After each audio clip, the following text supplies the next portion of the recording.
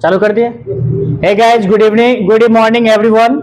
आज मैं आप लोग को बताने जा रहा हूं फिजिक्स, साइंस का जो क्लास 10th के लिए जो फिजिक्स है, साइंस का जो पहला पेपर आता है फिजिक्स, ठीक है, फिजिक्स केमिस्ट्री बायोलॉजी, उसमें फिजिक्स का जो पहला चैप्टर है प्रकाश का परावर्तन। अभी जो कम समय में प्यारे छात्र छात्राओं के लिए जो 10th में उनके लिए कम समय में कैसे तैयारी करे, कैसे रिवीजन करे, इससे रिलेटेड मैं बात आपको बताने जा रहा हूं। प्रकाश का परावर्तन, चैप्टर का नाम है प्रकाश का परावर्तन। तो सबसे पहले जानेंगे कि प्रकाश होता क्या है। देखिए, प्रकाश जब परावर्तन के उत्सर्जित करती, उत्सर्जित जो करती है प्रकाश, तो प्रदीप्त वस्तु करती है, प्रदीप्त और अप्रदीप्त, है ना, साथ साथ सभी समझोगे, ठीक है। प्रदीप्त का मतलब होता है कि वैसा वस्तु जो प्रकाश उत्सर्जित करे, जिससे प्रकाश उत्पन्न हो, ठीक है ना। अप्रदीप्त वस्तु का मतलब जिसमें से प्रकाश उत्सर्जित नहीं हो। अंडरस्टैंड? आप समझेंगे कि प्रकाश होता क्या है। प्रकाश ऊर्जा का वह रूप है जिसके माध्यम से हम किसी वस्तु को देखना संभव होता है। अगर प्रकाश नहीं होगी तो हम कोई वस्तु को देख नहीं पाएंगे, ठीक है। आगे चलेंगे। प्रदीप्त वस्तु के बाद जो अगला टॉपिक आता है पारदर्शी पदार्थ, पारभासी पदार्थ और पारदर्शी पदार्थ। ध्यान से सुनिए। पारदर्शी, पारदर्शी प्रकाश जिससे होकर आर पार आसानी से हो जाए उसको हम पारदर्शी पदार्थ कहते हैं। जैसे शीशा, है ना, इससे प्रकाश आर पार हो जाते हैं कि नहीं हो जाते हैं। उसके बाद देखिए पारभासी, प्रकाश आर पार तो हो लेकिन सूक्ष्म मात्रा में, थोड़ी सी मात्रा में अगर जिस वस्तु से होकर प्रकाश आर पार होती है उसको क्या बोलते हैं, पारभासी पदार्थ। जैसे ये चमड़ा, यहां पे टॉर्च जलाइएगा ना तो ऊपर लाल दिखाई देगा। क्या दिखाई देगा? लाल। जैसे कुहासा में लाइट जलाना, है ना, समझ गया ना। तो ये सब कौन पदार्थ होंगे? पारभासी। अब आगे बात आ गया अपारदर्शी। अपारदर्शी, quick revision, topic by topic समझिए। अपारदर्शी मतलब ऐसा पदार्थ जिनसे होकर प्रकाश आर पार नहीं हो सकता। ये दीवार के पार हो जाएगा क्या? नहीं। लकड़ी के गट्ठर के प्रकाश पार कर जाएगा क्या? ठीक है, ये सब क्या होंगे? अपारदर्शी। अंडरस्टैंड? आगे चलते हैं हम लोग। प्रकाशिकी। प्रकाशिकी क्या होता है? विज्ञान की वह विद्या जिसमें प्रकाश के प्रभाव, प्रकृति एवं गुणों का अध्ययन किया जाता है उसको क्या बोलते हैं? प्रकाशिकी। मतलब विज्ञान की वह विद्या जिसमें प्रकाश से रिलेटेड ज्ञान की प्राप्ति की जाए उसको हम क्या बोलेंगे? प्रकाशिकी, ठीक है। आगे जानेंगे किरण प्रकाश की क्या हो गया, तरंग प्रकाश की क्या होगा, क्वांटम। तो किरण प्रकाश की मतलब क्या होता है? प्रकाश की किरण। तो जिस सरल रेखा पर, है ना, चलने वाली हो उसको क्या बोलेंगे? प्रकाश की किरण। इसमें आपको आ जाता है किरण पुंज। क्या आता है? किरण पुंज। तो प्रकाश के किरणों के समूह को क्या बोलेंगे? किरण पुंज, है ना। किरण पुंज कितने प्रकार के होते हैं? ठीक है, 3 मालूम है ना, अपसारी, समांतर, अभिसारी, ठीक है। आगे चलेंगे हम लोग। तरंग क्या है? तरंग, है ना। तो अक्सर सुनते हुएगा तरंग के अंदर जो होता है, समझे, प्रकाश के रिलेटेड जो आते हैं अब हम लोग, तो इसमें पहला टॉपिक आप आएगा, समझ लीजिए, परावर्तन। क्या आएगा? परावर्तन। परावर्तन को इंग्लिश में बोलते हैं रिफ्लेक्शन। क्या बोलते हैं?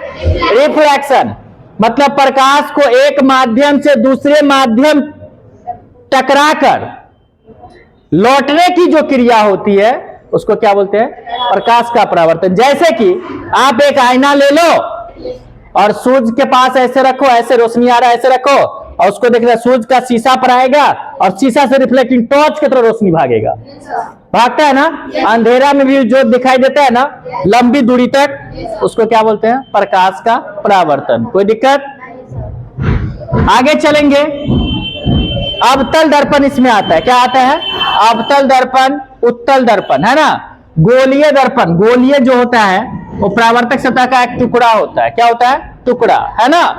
उसको जो बाहरी सतह से रचित कर देंगे तो अवतल बन जाएगा और भीतरी सतह से रचित कर देंगे तो उत्तल बन जाएगा। अंडरस्टैंड? कोई दिक्कत? तो अवतल दर्पण का उपयोग कहां कहां किया जाता है? कौन बताएंगे? बताओ। अवतल दर्पण का उपयोग, यस, अवतल दर्पण का उपयोग दाढ़ी बनाने में किया जाता है, जिसको हम हजामती दर्पण के रूप में बोलते हैं, ठीक है ना। अब ये बताइए कि अवतल दर्पण का ही उपयोग हम दाढ़ी बनाने में क्यों करते हैं, उत्तल का क्यों नहीं करते हैं? क्योंकि अवतल दर्पण सीधा प्रतिबिंब बनाता है, अंडरस्टैंड। उत्तल दर्पण सीधा प्रतिबिंब नहीं बनाता है, इस कारण से अवतल दर्पण का उपयोग हम लोग दाढ़ी बनाने में करते हैं। उसके बाद कहां प्रयोग होता है? दूसरा प्रयोग, डॉक्टर क्या करते हैं? कान नाक देखने के लिए जो लेंस से देखते हैं ना, वो कौन सा होता है? अवतल, है ना। टॉर्च जो बाहर के देखते हो उसमें कौन सा लगा रहता है ना? उत्तल दर्पण का परिभाषा बताए, उत्तल दर्पण का उपयोग, उत्तल दर्पण का उपयोग इसमें से कोई बोलो। गाड़ी बांधने के लिए उत्तल दर्पण का उपयोग। यस, देखिए उत्तल दर्पण का उपयोग गाड़ी वाहनों के हेडलाइट में, हेडलाइट जानते हो ना, हेडलाइट, हेडलाइट नहीं, साइड मिरर जानते हो? साइड मिरर, साइड मिरर सुने हो? साइड मिरर जो होता है उसका उल्टा प्रतिबिंब बनाता है, मतलब उसमें देखेंगे ना तो दूरी तक दिखाई देता है ना, इसलिए उत्तल दर्पण का उपयोग किसमें प्रयोग किया जाता है? वाहनों के साइड मिरर के रूप में, अंडरस्टैंड।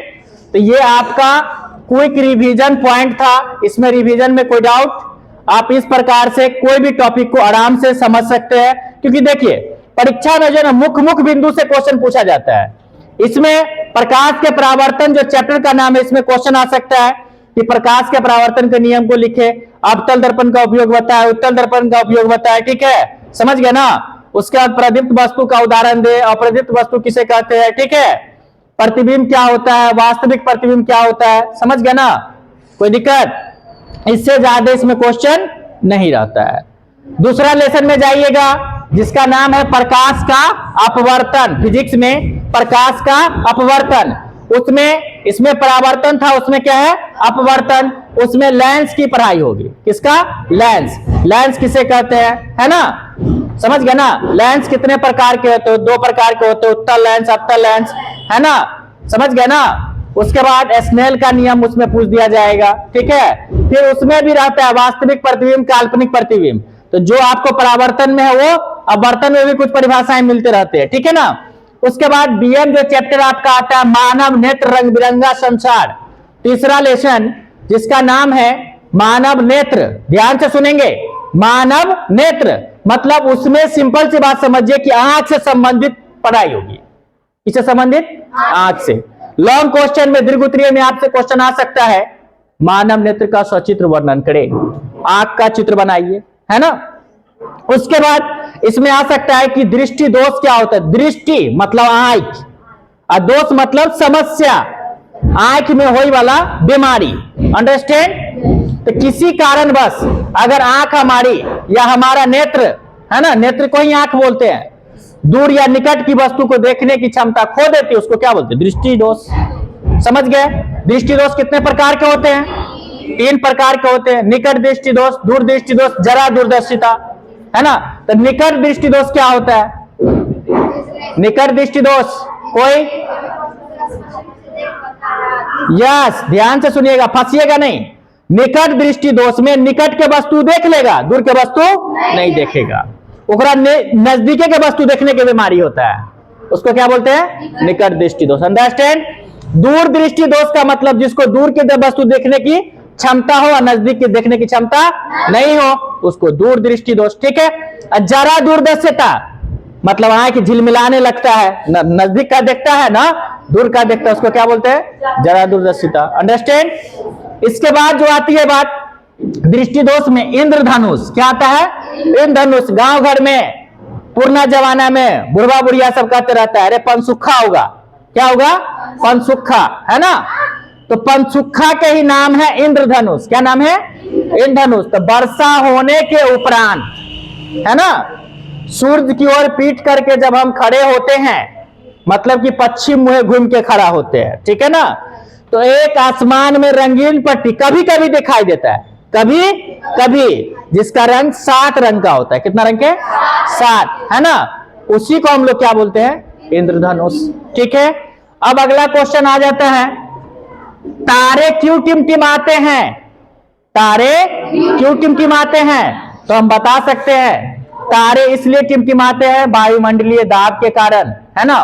वायुमंडलीय दाब के कारण। 2 नंबर में दीर्घ उत्तरीय में कहते व्याख्या करें तो हम बता सकते हैं कि तारे और हमारे आंख की दूरी बहुत है ना, जिसे देखने पर है ना दूरी हमारे आंख और तारे की दूरी बहुत ज्यादा दूरी पर है, जिस कारण से हमारे आंख के बीच और तारे के बीच को जो है ना दूरी एक जैसा नहीं होता है। बीच में जो वायुमंडल हवा जो चलती फिरती रहती है, नचती रहती वायुमंडल है ना, हवा का झोंका चलते रहता है, जिससे क्या होता है कि उसके और हमारे बीच की जो है ना फोकस एक जैसा नहीं हो पाता है, जिस कारण से हम क्या कहते हैं तारा टिमटिमा रहे हैं। क्या कर रहे हैं?